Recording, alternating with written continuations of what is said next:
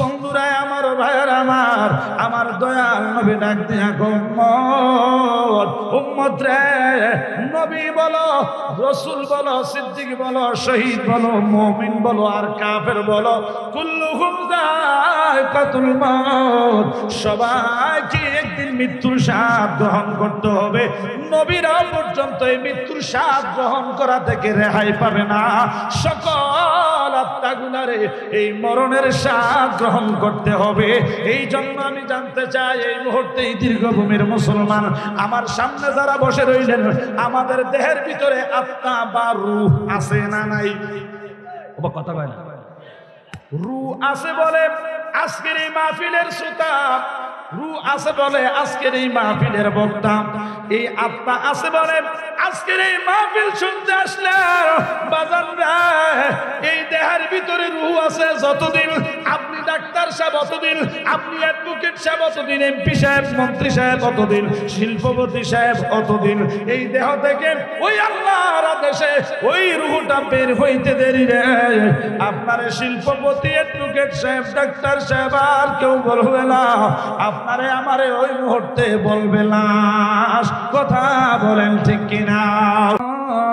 বিহি ওয়া আযওয়াজিহি ওয়া আহলি বাইতিহি ওয়া উলামাই মিল্লাতিহি ওয়া উলামাই আহলি সুন্নতিহি আজমাইন। أما بعد فقد قال الله تعالى في كلامه المجيد والفرقانه الحميد: أعوذ بالله من الشيطان الرجيم. بسم الله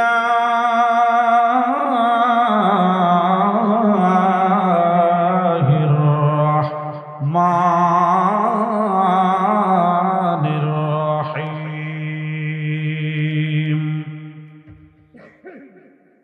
واعبدوا الله ولا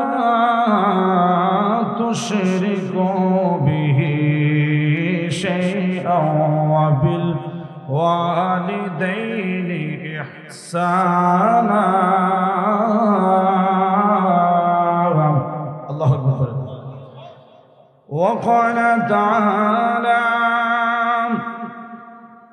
في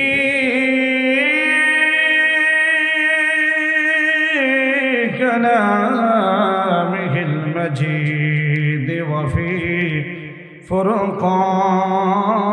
فرقانه الحميد: وجاءت سكرة الموت بالحق ذلك ما كنت منه تحيد. صدق الله المولانا العظيم وصدق رسوله النبي الحبيب الكريم. قال النبي صلى الله تعالى عليه وسلم: الأنبياء والشهداء والمؤمنون والكفار كلهم ذائقة الموت، أو كما قال عليه الصلاة والسلام. في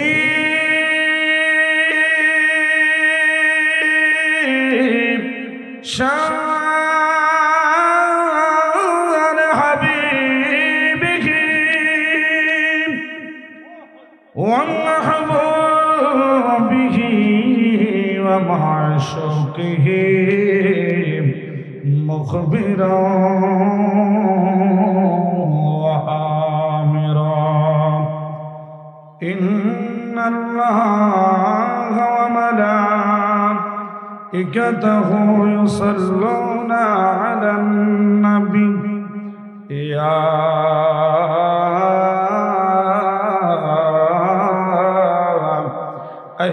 अय्युहल्लज़ीना आमनू सल्लू अलैहि वसल्लिमू तस्लीमा अल्लाहुम्मा सल्लि मौलाना व अला आलि सय्यिदिना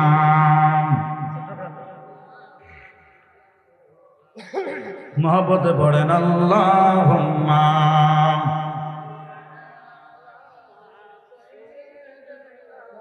मौलाना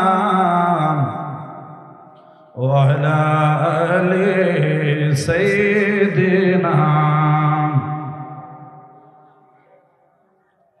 दिन থাকতে করার মন অমন পরকালের ভাবনা আশ্চর্য একা যাইবা একা সঙ্গে কেহ যাবে না আল্লাহুম্মা সাল্লি আলা মাওলানা মুহাম্মদ ওয়া আলা আলি সাইয়্যিদিনা সালাতুন ইয়া রাসূলুল্লাহ अलैकुम सलामुलिया मोहब्बत बड़न सलातुनिया रसूलल्लाह अलैकुम सलामुलिया या रसूलल्लाह बुला लीजिए मदीना में एक बार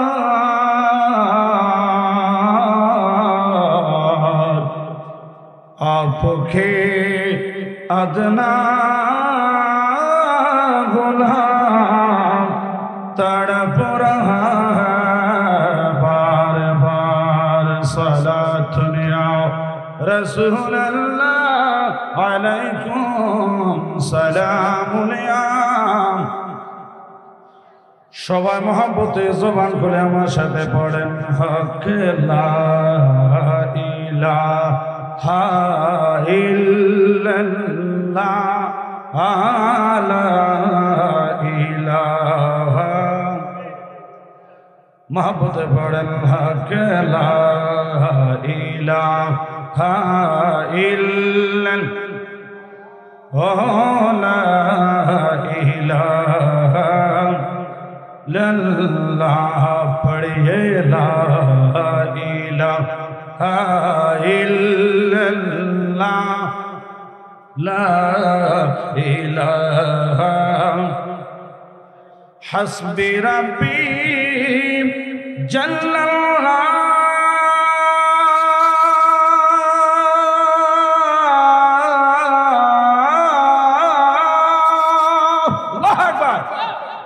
माफी कल्बी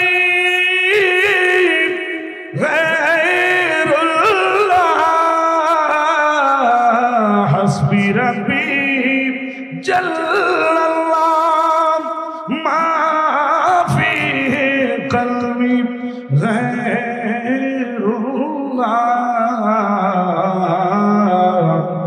अरे नूर मुहम्मद सल्लल्लाहु इलाहा पढ़िए नूर मुहम्मद सल्लल्लाहु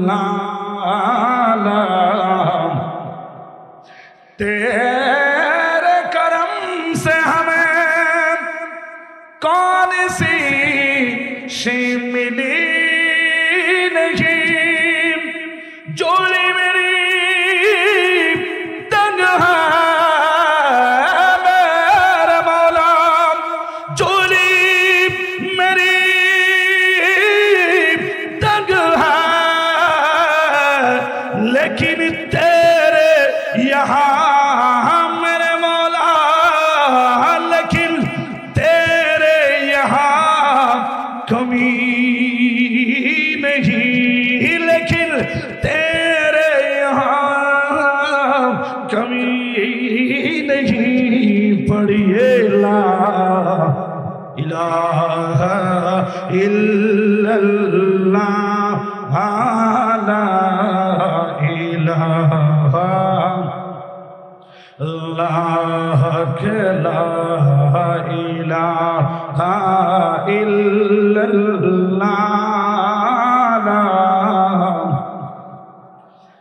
ला इलाहा इल्लल्लाह मुहम्मदुर रसूलुल्लाह सल्लल्लाहु अलैहि वसल्लम সকলে জবান খুলে মহব্বতে ইমানি আওয়াজে উচ্চ কণ্ঠে বলেন আল্লাহু আকবার আর মহব্বতে বলেন ইয়া রাসূলুল্লাহ সকলে বলেন মারহাবা উপস্থিত মুআজ্জাজ মুহতারাম ওয়াজিবুল ইহতিরাম ঐতিহ্যবাহী কুমিল্লা জেলার অন্তর্গত ঐতিহ্যবাহী ব্রাহ্মণপাড়া উপজেলাধীন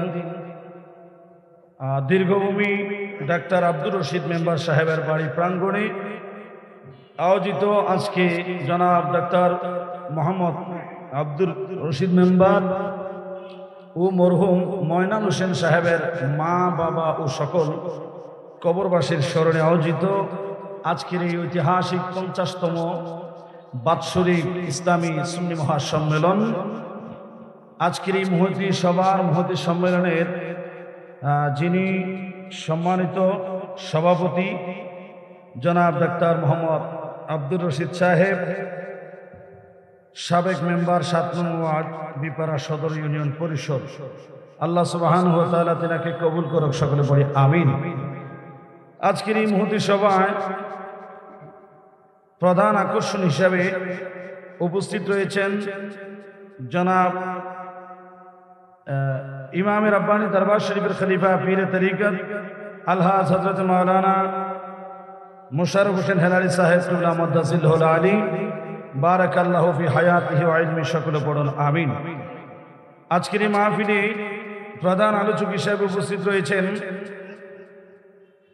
প্রখ্যাত আলিম দ্বীন উস্তাদুল উলামা আল্লামা মুফতি ওসমান গনি সালেহী সাহেব কুল্লা মুদাসিলহুল আলী বারাকাল্লাহু ফি হায়াতি ওয়া ইলমি সকলে পড়ুন আমিন এছাড়াও আজকের মাহফিলে প্রধান বক্তা হিসেবে উপস্থিত রয়েছেন সুন্নি জামাতের অতন্ত্র প্রহরী হযরত মাওলানা পীর মুফতি গিয়াসউদ্দিন আত-তাহরি সাহেব কুল্লা মুদাসিলহুল আলী জগৎ স্বামী আপনারা হয়তো মনে করতে পারেন দীর্ঘভূমির মধ্যে আমরা যারা জি আছে বিয়ে দিছি জিয়ের না খালি স্বামী আছে জামাই আছে এটা কিন্তু জিয়ের স্বামীর কথা কইছেন এটা জগৎ স্বামী বেড়ারও স্বামী বুড়ারও স্বামী বুড়ারও স্বামী বেডিরও স্বামী যুবতীরও স্বামী বুড়িরও স্বামী জগতের স্বামী আল্লাহু আকবার ওই ঘরের নাম বিল্ডিং ঘর নয় তৌফিক অনুসারে স্বামীর বাড়িতে কাটকেওয়ারি ঘর ফাঁকা ঘর সেমি ফাঁকা ঘর বিল্ডিং ঘর ডুপ্লেক্স ঘর বিভিন্ন ভাবে যার যার তৌফিক অনুপাতে ঘর এই ঘর এমন একটা ঘর এই ঘরের ক্যাটাগরি একই রকম ডিজাইন নারীর জন্য একই জায়গা পুরুষের জন্য একই জায়গা এই ঘরটার নাম হলো কবর কথা বলেন ঠিক কিনা এখন এই গানের কথার দ্বারা আমরা বুঝলাম কোথাও আমাদের লুকাইবার সুযোগ নাই আল্লাহ আজরাইল ফাটাইলে আমাদেরকে বান্ধিয়ে কষিয়া মানে আমাদের রূহ নিয়ে যাবে এবং জগৎ স্বামীর ঘর ওই কবরে যেতে হবে এই গানের দ্বারা এই শব্দের দ্বারা আমরা এটা বুঝলাম এখন কষ্ট লাগবে ওই সময় যখন কেউ কবো আমি গান গাইছি কথা কোন এজন্য বলবো গানের অপর নাম জ্ঞান সুর করে যেই কথাটা মনের আবেগটা প্রকাশ করা হয় এটারে কয় গান এটারে কি কয় সুর দিয়া কইছেন এটা গান, কিন্তু মূল কথা কি ওটা আপনার জ্ঞান দিয়ে বিচার করতে হবে। আপনার জ্ঞানের মাধ্যমে গানের অর্থ করবেন, দেখবেন কেউ কারোর সাথে শত্রুতা করতে হবে না, সবই এক জায়গায়, ঠিক কিনা? ছেড়ে দিলাম ভাইরা আমার গভীর মনোযোগ। তাহলে আমরা আজকের এই মাহফিল থেকে অন্তত এই বিষয়টা জানলাম যে পালাইবার মতো সুযোগ নাই, সারা জীবন থাকতে চাই না থাকতে। আমার দেখা আমি যতটুকু দেখলাম, ডাক্তার রশিদ সাহেব এবং উনার ভাই ময়নাল হোসেন সাহেব, তাদের মধ্যে একটা মহব্বতের সম্পর্ক ছিল। এই ছিল কিনা? একটা মহব্বতের সম্পর্ক ছিল। অথচ মানুষের রোগের কাজ করার মতো, রোগ ভালো করে দেওয়ার মতো একজন ব্যক্তি ডাক্তার আব্দুর রশিদ। আব্দুর রশিদ সাহেব ডাক্তার হইয়াও আদরের মহব্বতের বাইরে দইরা রাখতে পারে নাই। জবান খুলে কোন ঠিক কিনা? এটাই বাস্তবতা, এটাই চিরন্তন সত্য। সাকরাতুল মাউত বিল হক, এই মৃত্যু থেকে কেউ বাঁচতে পারবে না। তাই আজকের মাহফিল থেকে আরো ক্লিয়ার ভাবে স্মরণ করে নেওয়া দরকার। মাহফিলে আসলেন আর গেলেন তা হবে না। মাহফিলে আসলেন, কি পাইলেন, কি নিলেন, কি বুঝলেন, কি শিখলেন, ওটাই হলো আসল বিষয়। বাজানরা, এই ময়নাল হোসেন সাহেব এই এলাকা থেকে চলে গেলেন, আপনিও চলে যেতে হবে। একটা সময় ডাক্তার রশিদ সাহেবের মা বাবাও বেঁচে ছিল, বড় আদরের সন্তান ছিল তারা দুই ভাই, কথা কোন ঠিক কিনা? কিন্তু বাবারা আমার, এমনই ওই বিধির বিধান, এই নিয়তির বিধান, এই সব মায়ার বন্ধন ছিন্ন করে সবাইকে একা করিয়া ওই যে রাস্তার ধারে মাত্র 3.5 হাত মাটির নিচে অন্ধকার কবরে মা বাবা ঘুমায়, কথা বলেন ঠিক কিনা? অথচ আল্লাহ তৌফিক দিয়েছেন, এত সুন্দর করে ঘর করলেন। ডাক্তার সাহেবের ছেলে সন্তান স্টাম্পলিশ চাকরি করে, ভালো পয়সা রুজি রোজগার করে, এত সুন্দর ঘর বানাইয়া আদরের মা বাবারা রাখলো রাস্তার পারে শুয়াইয়া রে মুসলমান। এটাই তো বাস্তবতা। তাই তো আমার আল্লাহ বলে, ওয়ালা তাবতাগি ফিল আরদি মারহা, এই জমিনের মধ্যে ধার্মিকতার সাথে তোমরা বিচরণ করিও না, কারণ একদিন এই জমিনের ভিতরে যেতেই হবে। ধনী হন আর গরিব হন, সবাইকে একদিন এই কবরে যেতে হবে, কথা বলেন ঠিক কিনা? বাজানো, তাই আজকের এই মাহফিলের মাধ্যমে আমরা মরণকে বেশি বেশি করে স্মরণ করব, নিজেকে মৃত্যুর জন্য প্রস্তুত রাখবো। কারণ বাবারা আমার, এই আজরাইল মালাকুল মউত এমন একজন আজরাইল, এই আজরাইলের নীতি বড় কঠিন। আজরাইল এমন একজন আজরাইল, ওই আজরাইল মায়ের কাছ থেকে আদরের সন্তান নেওয়া যায়, সন্তানের কাছ থেকে আদরের মহব্বতের মা বাবা নেওয়া যায়, ভাইয়ের কাছ থেকে বাইরে নেওয়া যায়, বোনের কাছ থেকে বোনের নেওয়া যায়। এই আজরাইল বড় ভয়ঙ্কর নিমায়াহীন। আজরাইলের অন্তরে কোনো মায়া নাই। আমার আল্লাহ হুকুম করতে দেরি, যেইভাবে হুকুম করেছেন আমার রূহ আদেশ করেছে, দেহের ভিতরে রূহ ঢুকেছে, আবার আদেশ করবে রূহ বাইরে যাবে, কথা বলেন ঠিক কিনা? এবার দেখেন এই বিষয়টা আমার নবীর একটি হাদিসে পাকের মাধ্যমে আরেকটু ক্লিয়ার ভাবে আপনাদের অন্তরে বিশ্বস্ততার স্পিডটা আরো বাড়ার জন্য আমার নবী বলেন, আল আম্বিয়াউ ওয়াস শুহাদাউ ওয়াস সিদ্দিকিনা ওয়াল মুমিনিনা ওয়াল কুফারা কুল্লুহুম যায়িকাতুল মাউত। জবান খুলে কোন আল্লাহু আকবার। বন্ধুরা আমার, ভাইয়েরা আমার, আমার দয়াল নবী ডাক দিয়া উম্মত, উম্মত রে, নবী বলো, রাসূল বলো, সিদ্দিক বলো, শহীদ বলো, মুমিন বলো আর কাফের বলো, কুল্লুহুম যায়িকাতুল মাউত, সবাইকে একদিন মৃত্যুর স্বাদ গ্রহণ করতে হবে। নবীরা পর্যন্ত এই মৃত্যুর স্বাদ গ্রহণ করা থেকে রেহাই পাবে না। সকল আত্মাগুলারে এই মরণের স্বাদ গ্রহণ করতে হবে। এই জন্য আমি জানতে চাই, এই মুহূর্তে এই দীর্ঘভূমির মুসলমান আমার সামনে যারা বসে রইলেন, আমাদের দেহের ভিতরে আত্মা বা রূহ আছে না নাই?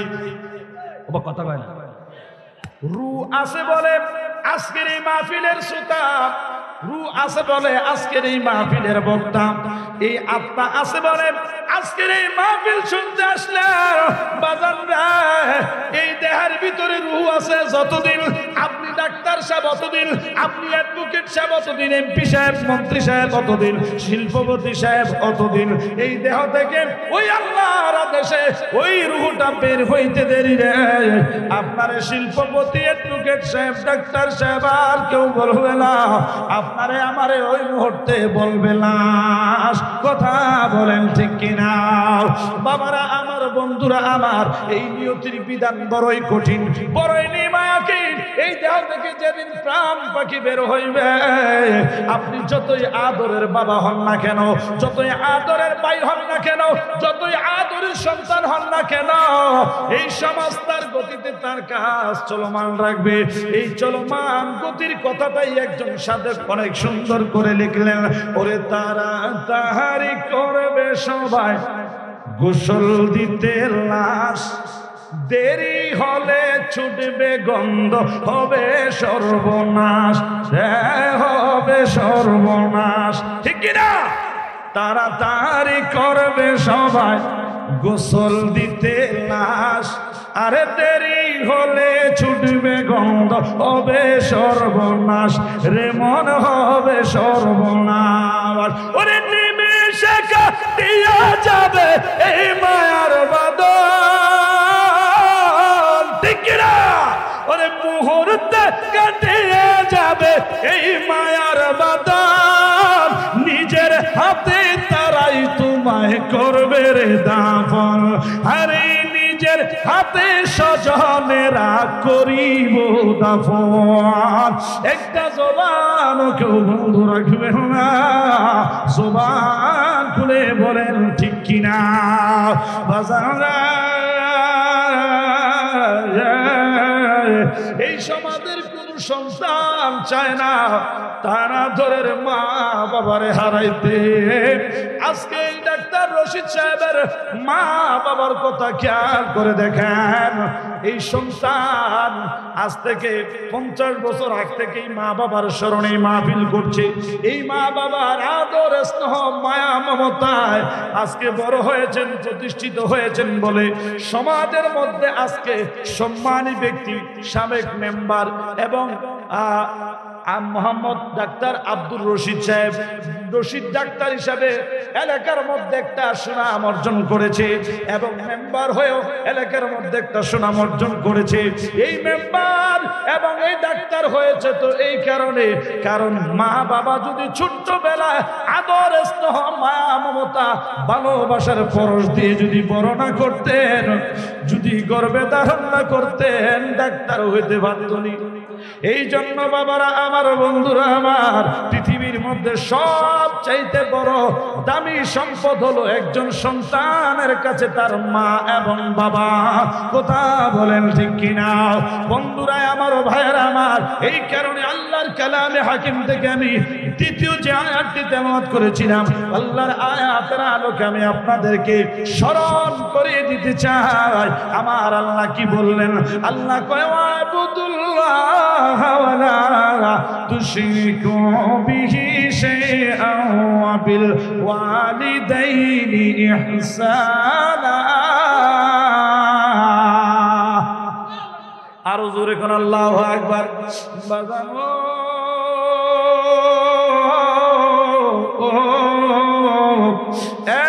আমার যুবক ভাইয়েরা, মুরব্বী বাবাজিরা, গভীর মনোযোগ দিয়া অন্তরের কানটা লাগায়া শুনেন। আমার আল্লাহ ডাক দিয়া কয়, বান্দা ওয়াবুদুল্লাহ ওয়ালা তুশরিকু বিহি শাইআ। আমার আল্লাহ কয়, বান্দা রে, ও জগতের মানুষ, আমি আল্লাহর ইবাদতে তোমরা কাউকে শরীক করিও না। ইবাদত করবা একমাত্র আমি আল্লাহর। আপনারাই বলেন, আল্লাহর ইবাদতে কাউকে শরীক করা যাবে না? আল্লাহর ইবাদতে কাউকে শরীক করা যায় না। ইবাদত হবে একমাত্র যার। জবান খুলে বলেন তিনি কে? আরো জোরে। বাজান আমার বন্ধুরা আমার, আল্লাহ কয় বান্দা আমার এই ইবাদতে কাউকে শরীক করিও না, অর্থাৎ সির্ফ শুধু ইবাদত করবা আমি আল্লাহর জন্য। একই আয়াতের মধ্যে কোনো দাড়ি কামা রাখেন নাই, কোনো স্পেস, কোনো ফুল স্টপ রাখেন নাই। আমার আল্লাহ আল্লাহর ইবাদতে কাউকে শরীক না করার কথা বলিয়া আল্লাহর ইবাদতের মতো এই দামি কথাটা আল্লাহর বান্দারে জানাইয়া সাথে সাথে এরপরে যেই জিনিসটা গুরুত্ব বেশি ওই গুরুত্বপূর্ণ বিষয়টা আল্লাহর বান্দারে জানায়া দিলেন। আল্লাহ কয় ওয়া বিল ওয়ালিদাইনি ইহসানা,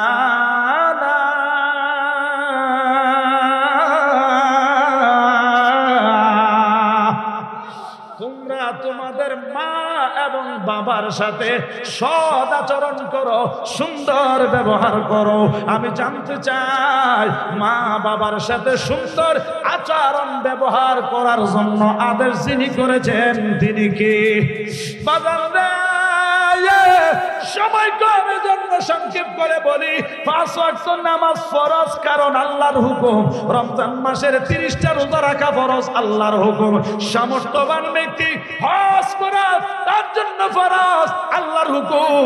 ওই মালিকের নিসাবের সমপরিমাণ সম্পদের মালিক যখন হয়, শতকরা 2.5% গরিব মিসকিনের হক যাকাত দেওয়া আল্লাহর হুকুম, এটা ফরজ। কথা কোন ঠিক কিনা?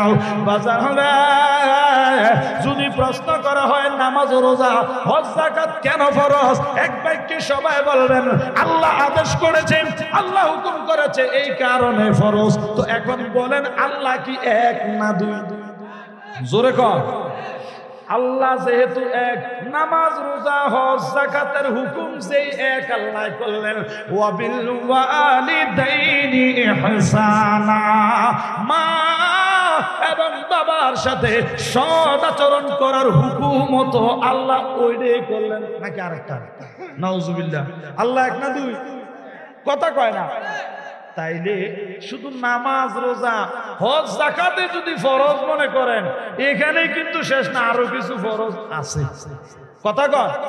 নামাজ রোজা হজ যাকাত আল্লাহর হুকুম হওয়ার কারণে সেই রকম ফরজ রে আমি বলবো একজন সন্তান মা বাবার সাথে সৎ আচরণ করা আমার আল্লাহর আদেশ হিসেবে ওই রকম ফরজ। এই জন্য আমার নবী ডাক দিয়া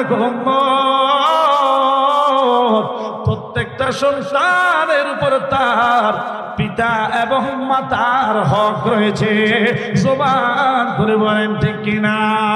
আরে আপনি মা বাপ কা তু দিল না দুখা, দিল না দুখা, আপনি মা বাপ কা তু দিল না দুখা, দিল না দুখা। মেরে মালিক मेरे आका मेरे मौला ने कहा, ठीक ना? अपनी माँ बाप का तू दिल ना दुखा, दिल ना दुखा, अपनी माँ बाप का तू दिल ना दुखा, दिल ना दुखा। सबाब बोले कौन आमीन। शायर बोले তোমার মায়ের মনে দুঃখ দিও না, দুঃখ দিও না, মা বাবার মনে দুঃখ দিও না, কারণ এটার আদেশ আল্লাহর কোরআনে আছে। আমার আল্লাহ বলেন উফি ওয়ালা তানহারুমা ওয়া কুল লাহুমা কওলান কারীমা। বাজাল্লা ও যুবক ভাইরা, বিশেষ করে যুবক ভাইদেরকে বলবো যাদের মা এবং বাবা এখনো বেঁচে আছে, আল্লাহর আদেশ নবীর আদেশ শুনো। আমার ভাইরা মনোযোগ দিয়ে লক্ষ্য করেন, যাদের মা বাবা বেঁচে আছে মনোযোগ দিয়ে শুনেন, আল্লাহর আদেশ মা বাবার সাথে সৎ আচরণ করা। আল্লাহ কয় ওয়ালা তানহারুমা, এই আয়াতে আল্লাহ কয় জগতের মানুষ তোমাদের আচার ব্যবহারের মাধ্যমে এমন কোন শব্দ ব্যবহার করবা না, এমন কোন আচরণ করবা না সেই আচরণের কারণে মা বাবা উফ শব্দটাও যেন ব্যবহার না করে। কারণ যদি আপনার কোন আচরণের দ্বারা মা যদি একটু কষ্ট পায়, একটু যদি উফ শব্দ ব্যবহার করে রে মুসলমান, জিন্দিগির বন্দিগি যা আছে সব কিছু বরবাদ হয়ে যাইব। কথা কোন ঠিক কিনা?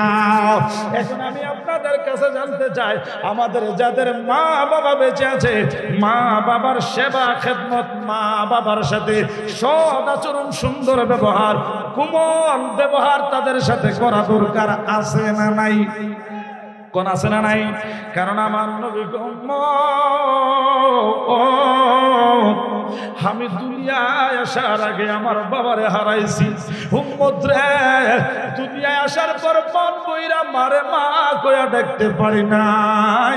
মাত্র 6 বছর বয়স আপনার আমার দয়াল নবী, আমার দয়াল নবী ওই মুহূর্তে শিশু অবস্থায় আমার আল্লাহ ডাক দিতে দেরি লাব্বাইক বলে সাড়া দিয়ে আমার নবীর আম্মা জান হযরতে মা আমেনা রাদিয়াল্লাহু তাআলা আমার নবীকে ছেড়ে এই দুনিয়া থেকে চলে গেলেন। আমার নবীর মা নাই, বাবা নাই। আমার নবী শিশু অবস্থায় মন খারাপ বসে বসে কাঁদে। আমার ভাইয়েরাও, আমার আল্লাহ নবীর মন খারাপের দৃশ্য দেখে কি দেখে না? কথা বলেন, দেখে কিনা? ভাইয়েরা আমার, বন্ধুরা আমার, গভীর মনোযোগ। কেন বাবা আগে চলে গেলেন? অল্প বয়সে মা কেন চলে গেলেন? এগুলার রাজ রহস্য নিয়ে কথা বলতে গেলে অনেক সময়ের দরকার। আজকে এই দিকে নয়, গভীর মনোযোগ দিয়ে লক্ষ্য করেন বাজান আমার। অতঃপর মা নাই, বাবাও নাই। আমার নবী নবীর চাচার কাছে লালিত পালিত হতে লাগলেন, নবীর দাদার কাছে লালিত পালিত হতে লাগলেন। এইভাবে আমার নবীর শৈশব কাটতেছে। আমার নবী একদিন কিভাবে নীরব বসে রইলেন। হঠাৎ করে মায়ের কথা মনে পড়ে আমার নবী কান্দেন। আমার নবীর মনটা বড় খারাপ। আমার নবীজি ওই মায়ের কথা স্মরণ করে উম্মতকে খেয়াল করে উম্মতের কয়, উম্মত আমি তো আমার বাবার সেবা করতে পারি নাই, আমি আমার মায়ের খেদমত করতে পারি নাই, আমি আমার মারে মা বলে মনের মতো করে ডাকতে পারি নাই, তাদের সেবা খেদমত আমি করতে পারি নাই। তোমরা অবশ্যই তোমাদের মা বাবার সেবা এবং খেদমত করবা। এই কথাটি কোনো একটা সাধক তার কবিতার মধ্যে, ছন্দের মধ্যে লিখে বলে, ওরে আমি করি নাই, করিতে পারি নাই, আমি করি নাই, করিতে পারি নাই, পিতা মাতার খেদমত করিও আমার উম্মত, করিও আমার উম্মত। আমি সেবি নাই, সেবিতে পারি নাই, আমি সেবি নাই, সেবিতে পারি নাই, সেবিও রে আমার উম্মত,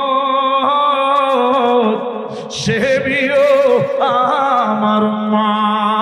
ও দীর্ঘবীর মুসলমান, মা বাবার সেবা করলে, আদর করলে, যত্ন করলে লাভ আছে না নাই?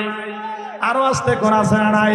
একেবারে সংক্ষেপে আমার আল্লাহর পয়গম্বর হযরতে মুসা আলাইহিস সালামের জবানায় মুসা নবী একদিন তুর পাহাড়ে যায় কয়, আল্লাহ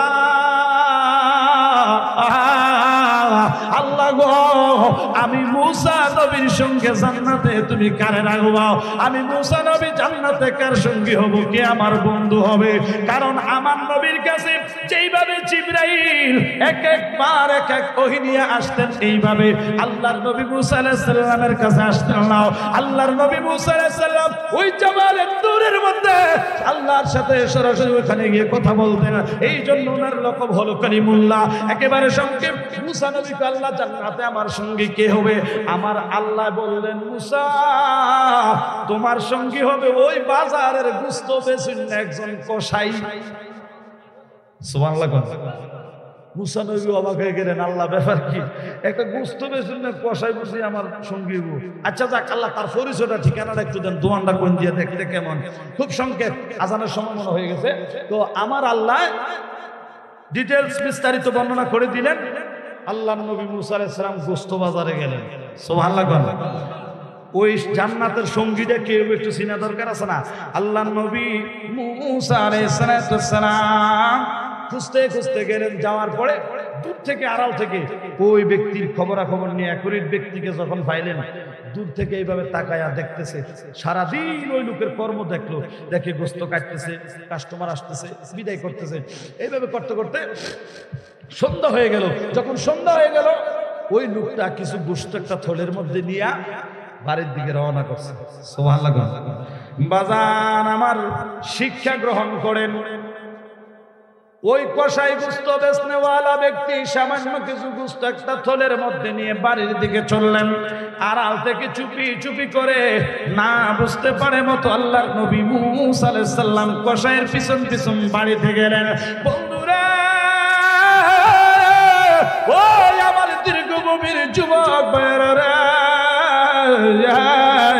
মা বাবার সেবা করলে কেমন দাম, কি ফজিলত, মনোযোগ দিয়ে লক্ষ্য করো। আল্লাহর নবী মুসা পিছনে যাইতে যাইতে যাইতে যাইতে আড়াল থেকে দেখে এই কষাই বাড়িতে যাইয়া সরাসরি ওই বাড়ির মধ্যে ঘরের মধ্যে যাইয়া মায়ের কপালের মধ্যে একটা সুমা দিলেন। সুমা দিয়া গুস্তগুলা নিজেই গোটা বাসা দোয়া বাসা কইরা রান্না করে যায়, রান্না কইরা খাবার গুলা একটা প্লেটের মধ্যে দিয়া ঘরে যাইয়া দূরের মারে লুকমা দিয়া দিয়া খানা খাওয়াইতেছে। মারে খানা খাওয়াইলেন, মা খাবার খাওয়া শেষ। খাবার শেষে মা হাত বাড়ায়া কয়, আল্লাহ, ও আমার আল্লাহ, আমার সন্তান রে জান্নাতে মুসা নবীর সঙ্গী বানাইয়া। জোরে জোরে কোন আল্লাহু আকবার। এই জন্য বাবার আমার আল্লাহর নবী দেখলেন, এই দোয়া করলো, পরে দেখা হলো, সাক্ষাৎ হলো, জিজ্ঞেস করলো, ভাই এইভাবে আপনার মা কি প্রত্যেকদিন দোয়া করে? বলে হ্যাঁ, প্রত্যেকদিন দোয়া করে। আপনি আপনার মায়ের সেবা খেদমত কতদিন ধরে করছেন? ভাই আমার মা যেদিন থেকে অসুস্থ বিছানায় পড়ে গেছে, হাঁটতে পারে না, ওই দিন থেকে আমি এইভাবে আমার মায়ের সেবা করে খেদমত করি। মুসা নবীর আর বুঝতে বাকি রইল না, ওই মায়ের সেবা খেদমত করার কারণে আল্লাহ খুশি হইয়া, কারণ সন্তানের ব্যস্ততা হইল মায়ের পায়ের নিচে, আমার আল্লাহ খুশি হইয়া রে ওই মায়ের সেবার কারণে ওই বনি ইসরাইলের যুবকের জন্য মুসা নবীর সঙ্গে জান্নাতে জায়গা ঠিক করে রাখছে। আল্লাহু আকবার। এই জন্য মায়ের দোয়ার দাম আছে না নাই? ওরে বিপদে আপদে আমার মায় চায় আল্লাহর দ্বারে আমি যেন ভালো থাকি, এই না সংসারে বিপদে আপদে মায়ে চায় রে আল্লাহর ধারে, ওরে সন্তান যেন ভালো থাকে, এই না সংসারে ওরে মায়ের সেই ফরিয়াদ, সন্তানের আশীর্বাদ, ঠিক কিনা বলেন? মাগো তোমার ওই সেই ফরিয়াদ ছিল আমার আশীর্বাদ, আল্লাহ লইতো কবুল করি, আমারে অসহায় রাখি, আমার আগে মাগো তুমি কেন গেলাম মরি? ওরে গেলই আমার খবর, কোথায় পাবো মায়ের আদর, সন্তানের বুকে জড়াই ধরি, আমারে অসহায় রাখি, আমার আগে মাগো তুমি কেন গেলাম মরি? ওরে আমারে অসহায় রাখি, আমার আগে মাগো তুমি কেন গেলাম মরি? মাগো আমার সুখের লাগি তোমার কত হাজারি, আরে নিজে না কে খাওয়া ইটা তালাশ করি, ঠিক কিনা? কথা বল, ঠিক কিনা বলেন? মা নিজে না খাইয়া যারে খাওয়াবো, সন্তানরে খাওয়াবো নিঃস্বার্থ ভাবে। দুনিয়াতে যদি কেউ আপনার আমার ভালোবাসা থাকে, মনে রাখবেন ওটা মা, ওটা মা।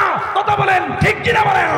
এই জন্য নিঃস্বার্থ ভালোবাসার পরশ দিয়ে যারা বড় করেছেন, এখন আপনি বেড়া হয়েছেন, সুদাম দেওয়ার অধিকারী হয়েছেন, শপথ আল্লাহ যদি বেড়াগিরি দেখান, ওই মায়ের অবহেলা করেন, আপনি খানায় খাবার ইমাম সাহেব যদি হন, আপনার জায়গা জাহান্নাম। কথা কন, ঠিক কিনা?